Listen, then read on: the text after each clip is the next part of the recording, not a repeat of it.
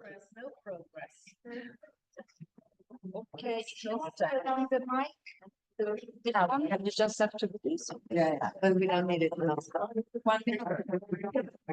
Sorry, what's the to switch it on? That one, you just, yours is on already. That's on already. That's on? Red means it's on. Yeah, same here. Green, on. But you have to speak really close to the mic here. Have you got a mic for the audience? Separate You mic? can use this one. Yeah, so if we just leave it there. Yeah.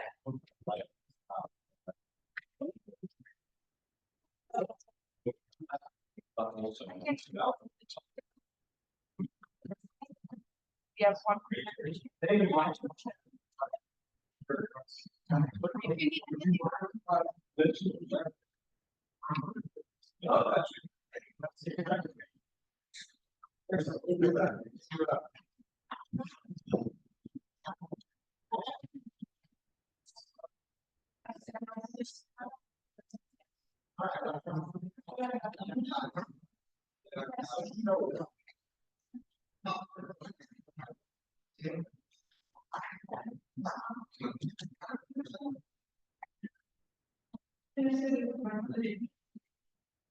Brilliant. Thank you very much.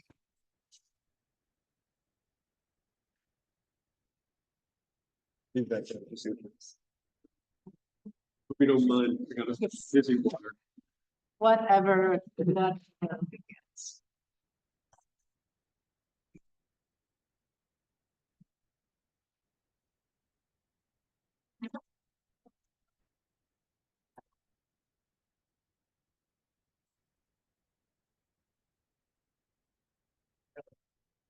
Yeah, Bill, you can come to the front, you know. I mean, I love journalists are always at the back gossiping.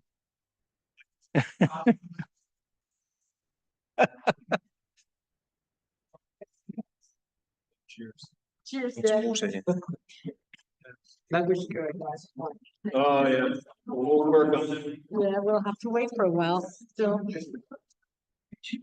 So how have you been? Okay, yeah, not too bad. Not too bad. Too much happening in the world. Yeah. To tell him about more projects. Oh, I know, brilliant. Fantastic. Very exciting. Brilliant. We can supply some economics program. Sure. Brilliant. Cool. Thatcher would.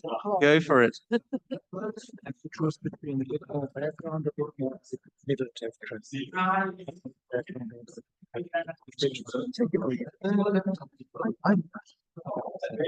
I would go with, you know, we're in the context of dragging. What's sort of bring it in? I suspect it would.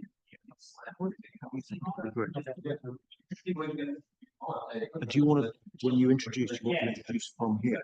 Yeah, I want to pick it up. And is that another mic there? That's not a. Yeah, so you can move that over. It's better than the handheld. You move, yeah, exactly. If you put that there, because that way they're going to see you. And you just tap to speak. Give it 1 more minute, shall we?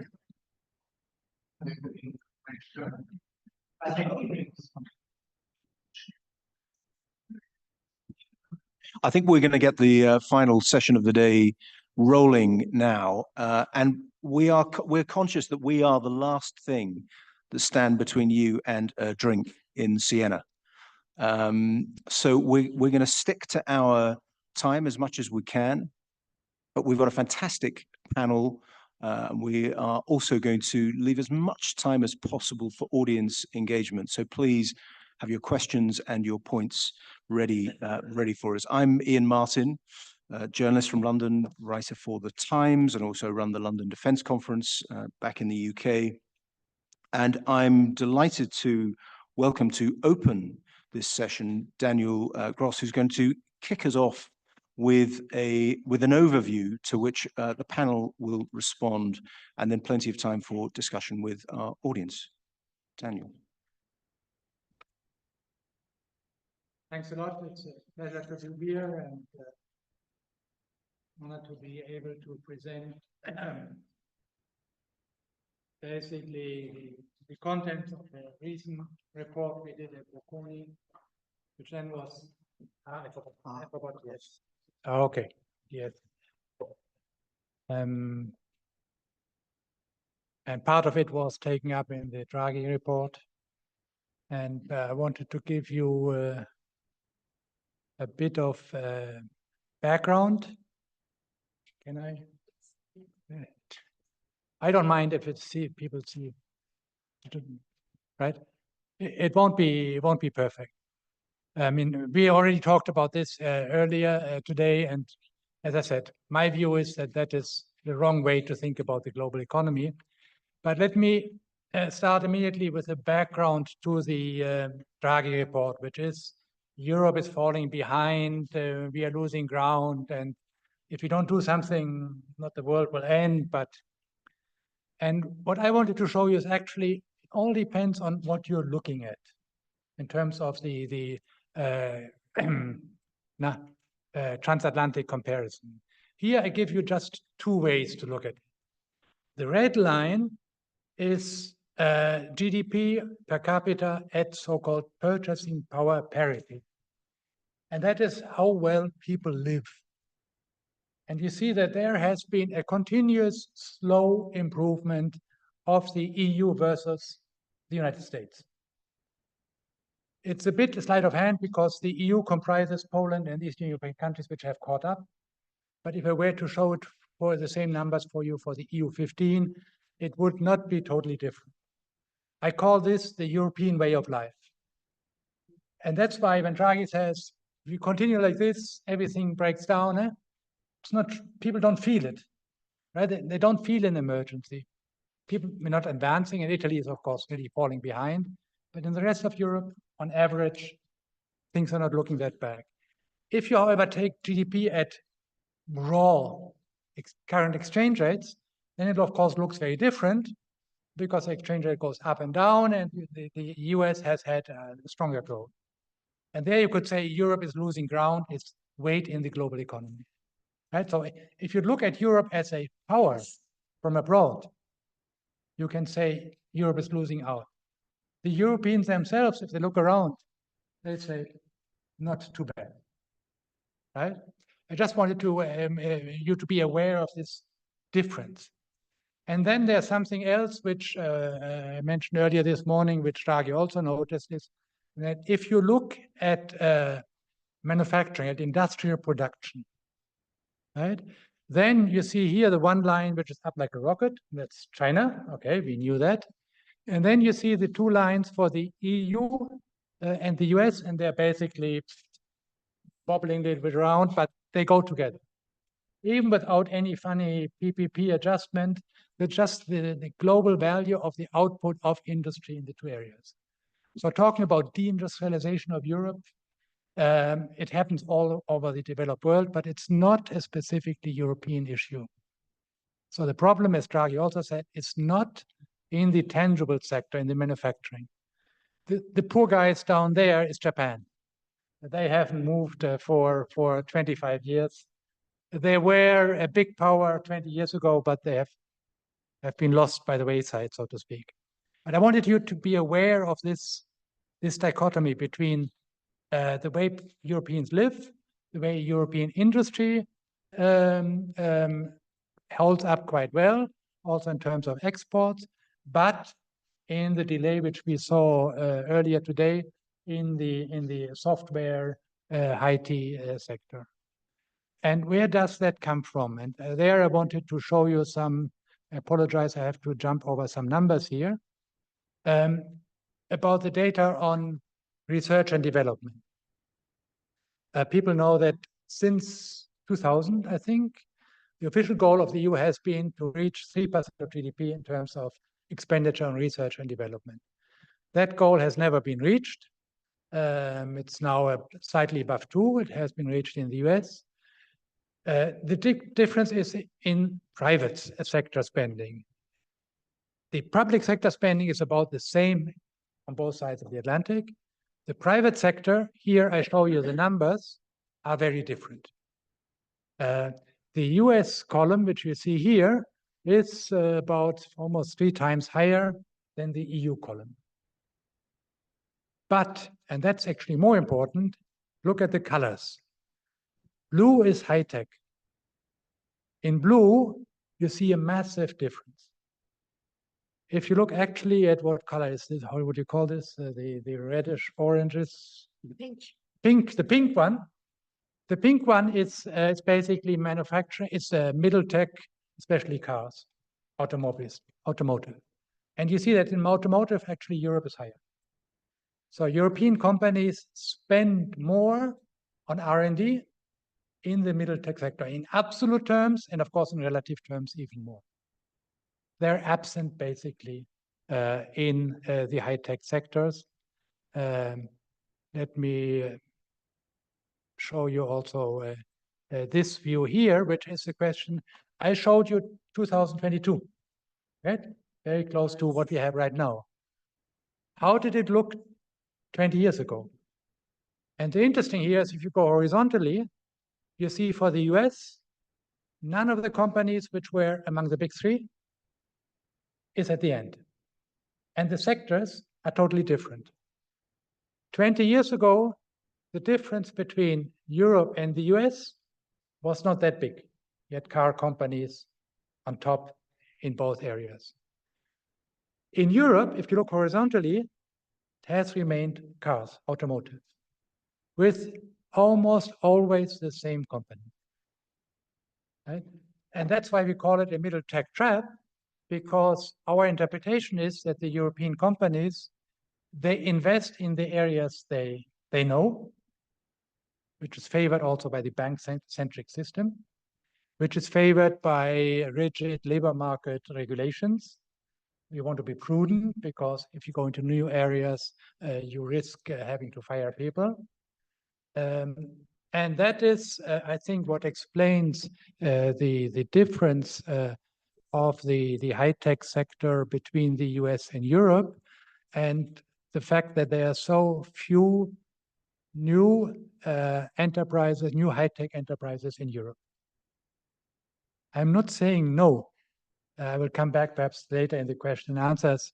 There are some areas, especially high-tech manufacturing, which in Europe are still strong, but the entire software area has fallen behind, and I think in many sectors has very little chance of catching up because of the American super or the hyperscalers, as they're called, which have basically gobbled up the market. De facto, the cost of entering that market, those markets is so high that there's very little chance for outsiders to break into these monopolies. Let me stop here. There might be lots of questions, and I can provide some detail later. Thank you for a really interesting opening introduction. I'm now going to ask our panelists to respond. I mean, we want to consider the problem, to understand the scale of the problem, but also then to move on to opportunities and potential solutions as well. But I'm going to call on Barbara Cohn, former Vice President of the Austrian Central Bank, to respond, first of all, to Daniel's comments. Well, briefly, thank you very much. Thanks for putting that together, Dan. And this is factual. And this is what our European, or many of our European leaders keep forgetting because they're looking like that and not opening their eyes. We have always been talking about the access to venture capital. If we want to focus on those tech industries and we want to address them and we want to attract them, we need venture capital and we need startups and scale-ups. Investors, well, right now they're still sitting in Silicon Valley in those industries. Some might move to Texas or other more favorable jurisdictions because of the tax framework. Seek big money. They want big investments. They don't want the million here and the million there. So the startups and scale-ups need also to be concentrated, whether it's a biotech hub here and a IT hub on the other side. But you know what we have done in Europe, a little bit here, a little bit there, a little bit there. We have fragmented that, and we need to coordinate these efforts And in addition to making venture capital attractive and getting more equity also into those places, into our companies. This would be my first move. And then simplification of regulation, but we can talk about that later. Yes, we're also, thank you very much, Barbara. We're also joined by Eric Jones from EUI, Director of the Robert Schuman Center. Can I just ask you firstly, did you broadly agree with Daniel's analysis there about how worried we should be? This is the week of the Draghi report. I read it all, read every one of the 69 pages yesterday, and it's a formidable piece of work. But where do you stand? Do you agree with Daniel that we should be worried but not too worried? No, I think we should be too worried. I agree with everything that Daniel said, not least because he trained me so long ago to agree with him. But I think there's an aspect of it that I would emphasize, which is the fitness landscape, right? I mean, if Germany is investing in better rotary motors and better fan belts, and they're coming up with the best technology in the world to drive pistons, unfortunately, none of that's going to be useful in the context of an electronic vehicle. Right. So, building ever greater capacity in machine tools when what we're doing basically is just stamping dies to frame cars that are driven by software, I'm worried about. And you look at the manufacturing technologies that are being developed in Germany in the small and medium-sized enterprises that drive the German economy, and their capacity to think out of the box and to move to an entirely different sector is severely restricted. And I think that's a worry. I think there's another thing that we should worry about, and here I'm gonna riff off of this idea of venture capital, because we have an idea of venture capital here in Europe that is very different from the practice of venture capital in the United States. You see, we think of venture capital in the United States as this kind of seed 1,000 flowers and hopefully one of them will bloom type story. But venture capital actually doesn't quite work that way. Imagine in the tech sector, and I'm going to tell you a story about my son, who worked for a startup in the tech sector that was financed by Sequoia, which is one of the big venture capital groups. When his startup failed to get the second round of financing, the software engineers were called in by the venture capitalists who set up interviews for them in 14 other portfolio companies. You see, these venture capitalists have been investing in this human technology, right? And in this human capital in the one particular startup. They weren't going to lose that. So they just redistributed it across their portfolio companies. And my son ended up in the same division of the same company that the person who started his startup came from. Because the venture capitalists are also developing new ideas from the people that they've developed in the companies that they have in their portfolios. This looks a lot more like the way we think about the German model, where there's lots of investment in human capital, but it's just done with a very different financial architecture. And that different financial architecture creates possibilities that I think Europeans would embrace and want to emulate. There's a final thing that I would throw in. If you haven't had a chance to read it yet, you should read Peter Goodman's book, How the World Ran Out of Everything, which is a story of supply chains. And what Goodman argues in the context of these supply chains is that the supply chains and the distributed manufacturing and the quest for ever greater efficiency and just-in-time delivery has pushed us all into the same market infrastructures. And these market infrastructures operate as monopolies. And they are extracting a lot of the value added. So when Germany builds a car, a lot of the value added is actually being extracted by these market infrastructures. And when I talk about market infrastructures, you should think about ports, you should think about shipping and rail, but also think about the way data and payments are managed. The company that my son went into is called Stripe. They're the company that actually processes your payments every time you put your credit card into a website. Stripe's ambition is to become the back office for every firm that does business over the internet, doing everything from filing their taxes and managing their personnel expenses all the way up to the transactions that they specialize in today. And if they succeed, I guarantee you they will extract a huge amount of value out of distributed manufacturing that the manufacturers themselves will never see.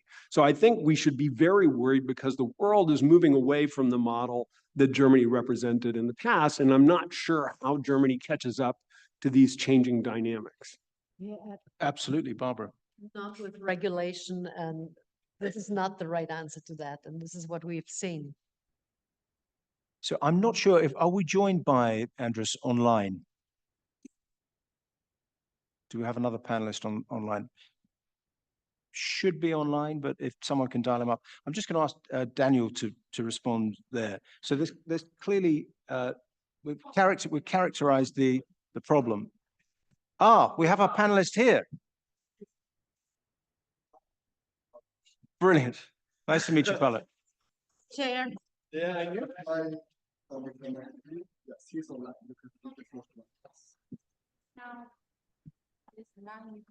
Excellent. Andres, welcome.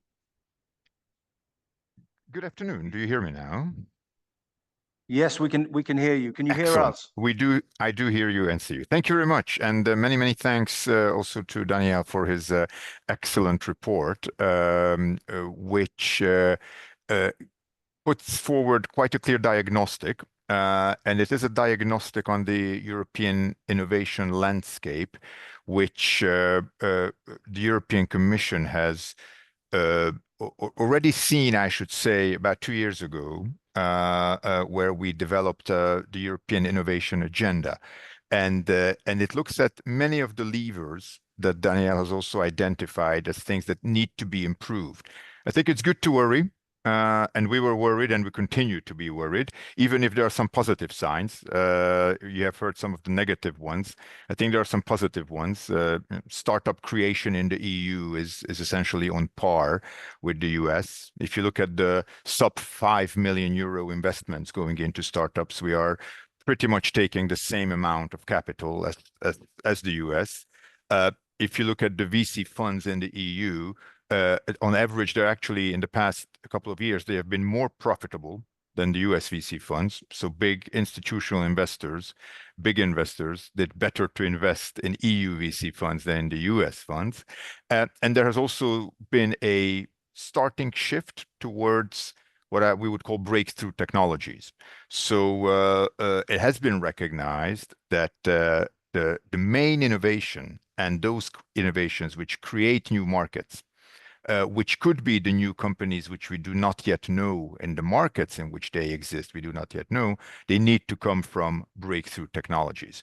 So that's why the innovation agenda is also focusing on deep tech, which is very promising in the EU because it has all the great components, ingredients that the EU has, laboratory, good research, going straight to the market, but with a strong hardware component, which is still in general a European advantage, good manufacturing base, which you do need for deep tech companies to scale up. So that focus has started. We are certainly not there yet, and there's a lot to be done. But that's somewhat in contrast to the, let's say, the urgency of the Draghi report, Andres. It's really, I mean, it talks of the problems being massive. It talks about excessive overregulation. It talks about the absence of capital markets union. It's a pretty sobering report. I mean, how seriously do you take the challenge? I think the challenge is very serious. So let's not be over complacent. I was not suggesting that things are in order. I was pointing to those aspects and those parts of the innovation landscape which have made improvements in the past. But you're very right, and we have also recognized this. And the president-elect guidelines, the political guidelines that she has issued in July, already foresee a large number of new initiatives precisely along these lines, as you have mentioned. Absolute need to mobilize institutional investors to improve and increase R&I investment in the EU. I just put in brackets that this is, of course, not a exclusively or even predominantly European level problem. The European budget, as you know, is merely 10% in terms of research investment, 10% of the overall public investments in the EU. So we do need to do this together with the member states. But all those main developments, regulatory reforms, just to mention the idea of a 28th regime, which Draghi calls the innovative European company, which would indeed allow these companies, startups, scale-ups, to scale up quicker in the EU. We have many of these companies. One of the main reasons why they are leaving is because simply it is easier to scale up in the US. For example, if we created a single regime, a single set of rules that they would benefit from wherever they are established in the EU, and they would benefit from a number of flexibilities, they might as well choose to stay and scale up in the EU. Andres, as you said there, the problem really lies clearly in deep tech. And I'm just going to ask our panelists and come back to you in a moment, Andres, when everyone's responded. How do we break out of this trap? We've all agreed that there is the middle technology trap. Daniel, what are the solutions? I would say there are no easy solutions, but I think one can mitigate the problem. One part that we propose is to create what we call a European DARPA, or to revamp the existing European Innovation Council, because now I have to be a bit technical. What the European research money generally does, it very often finances projects which are close to commercialization, whereas the task of the public sector should be to finance projects which are far from commercialization, because that's where industry will not go. And that's what DARPA does. And that's the original basis on which ARPA, then DARPA, were founded in the US. I mean, that was the origin of the digital revolution. That was the Sputnik moment, a few years ago. It has been very successful with very low numbers. DARPA gets 4 billion per year. We're not talking about 800, right? 4. The European equivalent of DARPA, which is a small part, which Andras knows, of our program is 250 million, right? And we think that should be expanded and should be made independent and so on and so forth. Then if you talk to tech people, they will say, now how about the Death Valley? So we develop all these great ideas, but then they cannot scale up, right? And here the question is, why? Andras already mentioned it's easier in the US to scale up because you don't have to set up different things. That is one part. Another part is the fact that when you scale up, you get into medium sizes. And when you get into medium sizes, European labor laws and other regulations start to bite. And since high tech is anyway, it's a different in the sense that the probability of failure remains rather high. So if you make your calculation ex ante, I have, let's say, a 3/4 probability that it goes bankrupt and 1/4 it goes very well. But in the 3/4, in the 3 cases, I have to pay very high adjustment costs, redundancy costs. Then I rather go through that phase in the US. And I think that's another element which hinders the scaling up in Europe. I don't believe it's the lack of venture capital, because there are lots of American venture capital funds who are hunting for ideas and projects in Europe. But what you mentioned there, that illustrates why Capital Markets Union is so important, because someone in that position in the US, they've established a business in Georgia, but they find the local VC environment not conducive. They can easily go to Texas, or they can go to New York, or they can go to the West Coast. There are endless numbers of opportunities for people trying to complete the growth phase, but that don't apply within the EU. If I might make it complicated, I would say the Capital Markets Union is more important outside the venture capital area. because the venture capital is already pretty much globalized, Europeanized, right? If you are a venture capitalist in Europe, you can immediately go to European, national, global funds, and they look at you maybe only 5 minutes and they say yes or no. But if you are just a normal, whatever, enterprise in some other sector, then you very much depend on your national banking system, for example. Think Commerzbank these days, right? And therefore, I would say more capital markets union, more equity investment, more equity instruments, less protecting savers from losses. That would be important for the 90% of the economy, 95%. Barbara, you want to respond?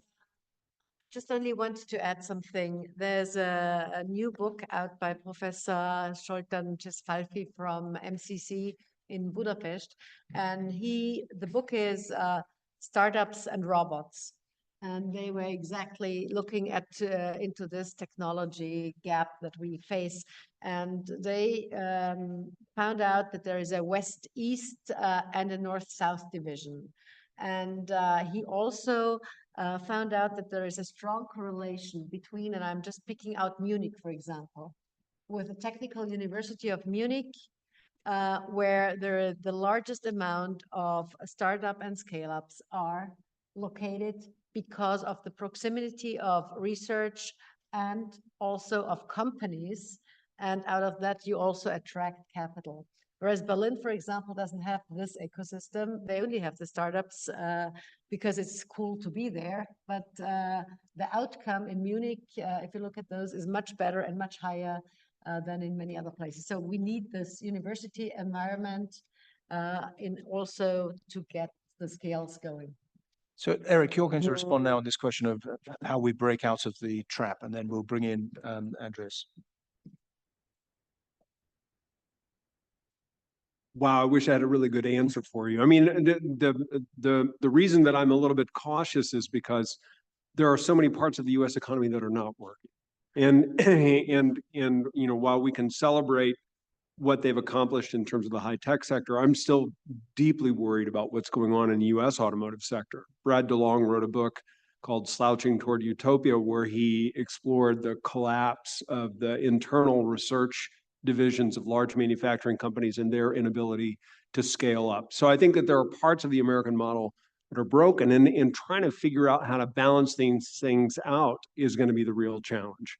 In the European context, though, I do agree with the sense of urgency that comes out of the Draghi report, and also with the emphasis on this sort of generalization of finance through the capital markets union that Daniel was talking about. I mean, there are efficiency gains, lower hanging fruit that can be harvested that need to be harvested now. Andreas wants to come back in. Is still online? Yes, happy to come in. So in terms of the answers, how we get out of the trap, let me give you five levers that we need to pull, and we need to pull them all together. It's really what we would call a whole of government approach that you really need to bring together, at least in the public sector, all the responsibles from the finance ministry to the economy ministry to education and research and innovation. And that's because the five areas are funding. So there's no going around that. The EU needs to increase its research and innovation funding, both public and private. We will not do that alone through public funds. It's all about mobilizing private investments. European institutional investors are much less active than US ones, even in Europe, I should say. So you might know that there are actually more US institutional investors present in German VC funds than there are German institutional investors present in German VC funds. Wow. That certainly tells you a lot about the European institutional investors landscape. So one thing is funding. Second is regulation and a pro-innovation regulatory framework. So we have started playing with the regulatory sandboxes in a number of areas where you would essentially allow new companies to test technologies which would otherwise not comply with certain legislation, but you want to give them the opportunity to be tested in real life circumstances. So we do that in the clean tech area. We'll do that in AI as well. That's something very helpful for innovators. And the third area is ecosystems. We need to have innovation hubs, and we need to connect better the innovation players. So we have an initiative which is called the Regional Innovation Valleys initiative. We bring together a number of European regions, both from moderate and from strong innovator regions, to bring them together to cooperate on a specific set of innovation projects. That is a main problem compared to the US, that the innovation system is much more fragmented as well in the EU. And the fourth big area is talent. I mentioned deep tech. There's simply not enough engineers, entrepreneurs, inventors who are focusing on deep tech. So we have, with the European Institute of Technology, we have launched a deep tech talent initiative. They will train 1 million people in deep tech. We'll see if that will feed the job market, especially for the startups. And lastly, policymaking. I mentioned the lack of alignment. If you have different layers of government, and of course, compared to the US, this is much more prominent in the EU, with much of the funding and the decision-making power still at the national level, you need to somehow align that. So we need to have some kind of a forum place where the innovators, the innovation policymakers can align what's happening with the a member state level with what's happening at the EU level. There's a lot of misalignment currently. Fascinating. Just on that point on German funds, why do you think that is? What does that reflect? Well, we hear different reasons for that. One of them is simply a generally risk-averse approach from institutional investors in Europe. In some member states, however, the simple market behavior is also restricted by regulatory constraints. So we have member states, for example, which simply prohibit pension funds from investing in VC funds because they consider it as a too much risky asset. We have taxation problems that VC investments, more risky investments, are not subject to a favorable taxation regime. And we still have, of course, the member state boundaries where it is still not easy to incentivize a big investor from a particular member state holding public money to start investing in another member state, because its task is to make good investments and less risky investments for the citizens of the particular member state where it is established. Great. I think we've got about 15 minutes left, and I'm going to open it up to some questions from the floor. Paolo. Yes. Paolo. Yes, sorry, I joined the panel slightly later because I entered the room a bit when you had just started. Welcome. I'll take advantage of this to build on what the different panelists have said with a couple of additional points. Maybe one to start with. No, it's I mean, when Daniel, you started by show the data from the R&D scoreboard, which is, by the way, one of our main flagship publications at the Joint Research Center, which is where I'm from. What we see is that basically, the US in those 20 years created some digital giants, and that's what in Europe we're not capable of doing. It's not that there were not digital companies starting here, but we were not able to let them grow and become those huge players that they are today. And maybe the important aspect there, which I think add to in my own view, to the worry here, is the specific nature of digital, because digital is not just a sector, but digital is basically an enabler for innovation across the board. So if we do miss this step, this access to those technology, the development that is behind it, we really risk to lag behind in many other sectors. I think automotive was mentioned before by another of the panelists. It's key. I mean, now there are computers with wheels. So I mean, if you don't know the computer side, you're not going to make cars anymore.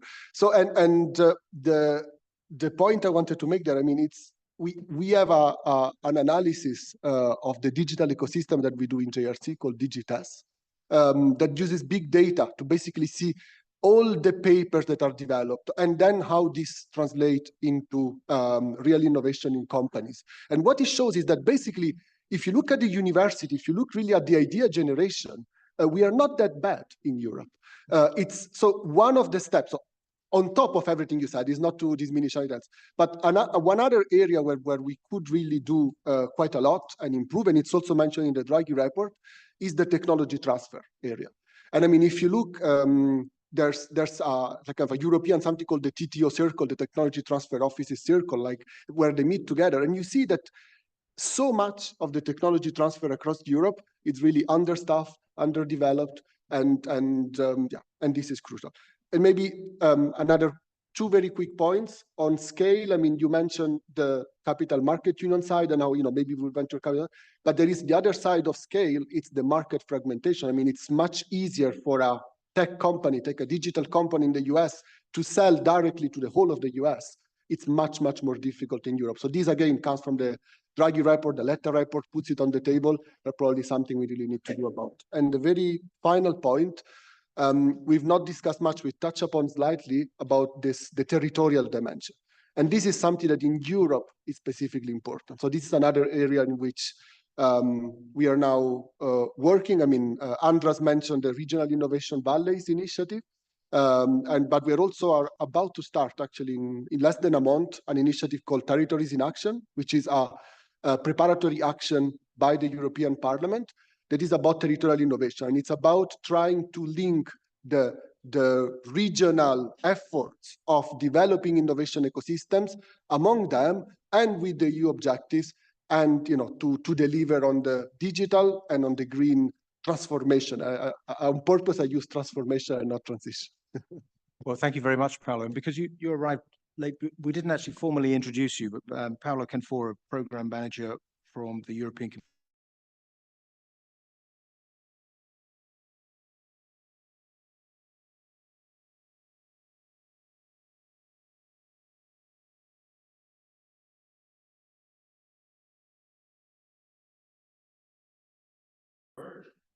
It does. Yes, it does.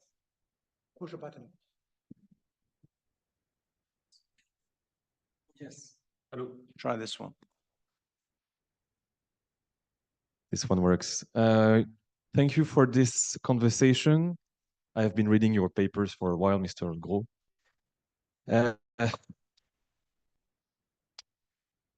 And we've talked a lot about how much innovation and almost not at where this innovation goes, in which sectors, because it seems to me that there is a lot of, to quote David Graeber, a lot of bullshit innovation nowadays, and especially coming from America, with very low productivity fruits to gain anymore. Whereas we have real problems with the climate and energy, and shouldn't we as Europe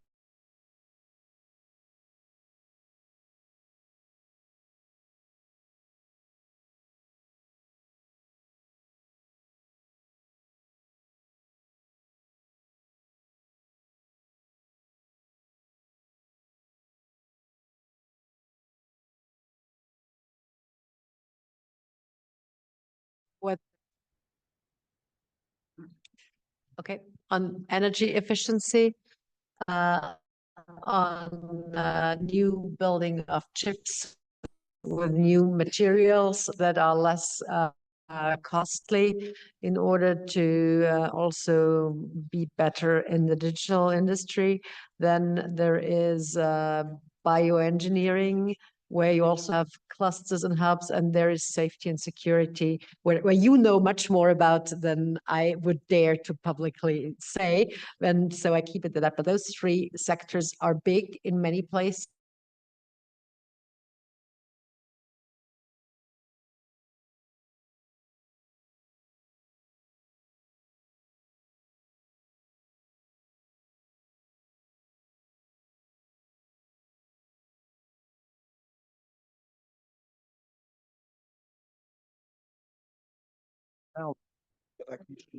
Is it, I mean, is it possible to actually identify in advance? Surely it's not possible. What's going to be, I think as you described it as bullshit innovation and what's useful. But actually some of that apparently sort of futile innovation is, you think of WhatsApp. I mean, on the one hand, it's it's a utility of dubious use, but it's actually also connects families across the continent, across locations. So it's very difficult to define, surely. And part of America's strength is that it doesn't try. Yeah. I mean, I think that's you gave a very good answer. The reality is that, I mean, picking winners, it's always dangerous, and I would say it's even more dangerous in the innovation field. So once you are, I mean, there are cases where you do want to encourage innovation in certain sectors, in certain technologies, in certain areas. But it's also, I mean, actually very good. I mean, this deep tech innovation comes from opening the space and opening the sky. So, yeah. Response from Daniel. Yeah, I just want to say two things. De facto, the European Innovation Fund already has part of its money dedicated to specific areas, right? Where we think they are not bullshit. And then actually we have a big pot of money called the European Innovation Fund, which is financed by the sale of emission certificates, which has 4 or 5 times the amount we spent on the European Innovation Council. So much more money. My criticism would be that most of that money is spent on big demonstration projects. Hundreds of millions just built the first hydrogen, whatever, demonstration facility, and not to what I said earlier, the real innovation, which is very far from commercial application. But funds there are for the energy and the green sector, a lot. Jessica. No, I think there is some merit on what Michel said about bullshit technology. As you know, there is this productivity paradox solved in 1989, and the Economist was also saying something similar about artificial intelligence. You know, artificial intelligence is in fact not still materializing as a revolution, a big jump into productivity. So, but going from that consideration, which I think has got some merits, the bullshit technology, Europe, this is just a question. It's something we should probably think about, you know, because innovation is not just about producing, inventing, designing WhatsApp, you know, or you name it, ChatGPT. But it's also about smartly absorbing that technology to transform existing industries. Just 2 examples, very big for Europe: insurance, pharmaceuticals. They are very big. And you can completely, the Internet of Being stuff, you can completely turn around the model, no, of those 2 industries, just to make it, they are big.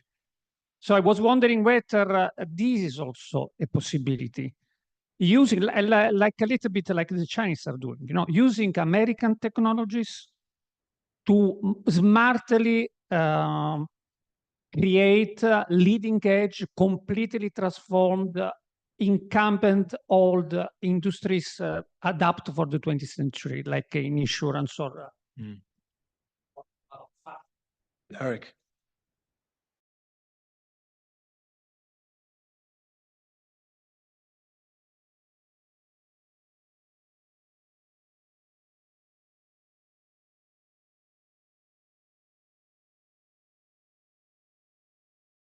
New idea that's going to make me do what I do and do it better. And then we have the sort of aggregate reality, which is you have this innovation, it makes a lot of money, and the people who work on it get it. And the other thing that emerges from this Goodwin book is that when you get these monopolistic infrastructures that are harvesting all the value added, your productivity data actually decline. So even though you've got a lot of people out there working like hell in Amazon factory or Amazon warehouses or in the shipping industry and stuff like that, their wages keep going down and down, and the value of the work that they produce diminishes as well. So it looks like they're actually losing productivity, right? And yet they're producing more and working harder than they've ever worked before. And so in that context, the innovation is actually working against what we would normally consider productivity the way we measure it, because it's enabling, it's creating power within the economy that allows us to redistribute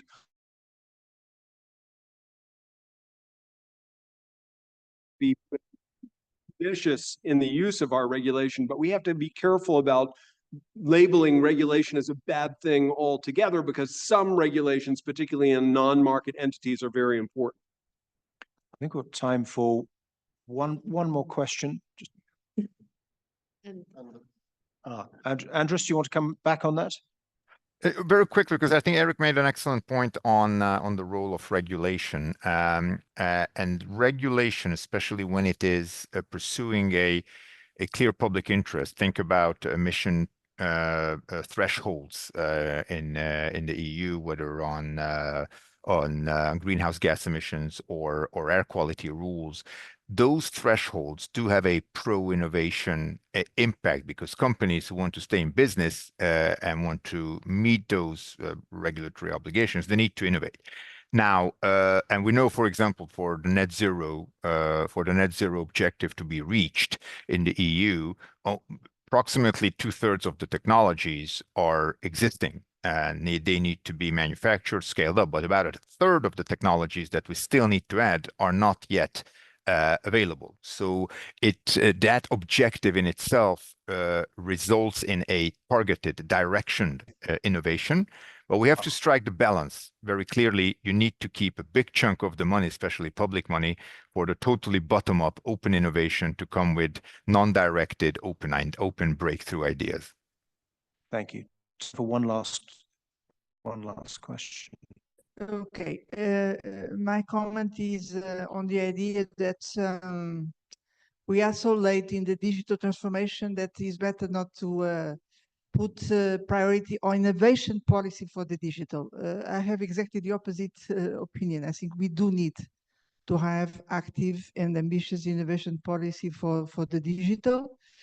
Even Europe is not in conditions to have big platforms as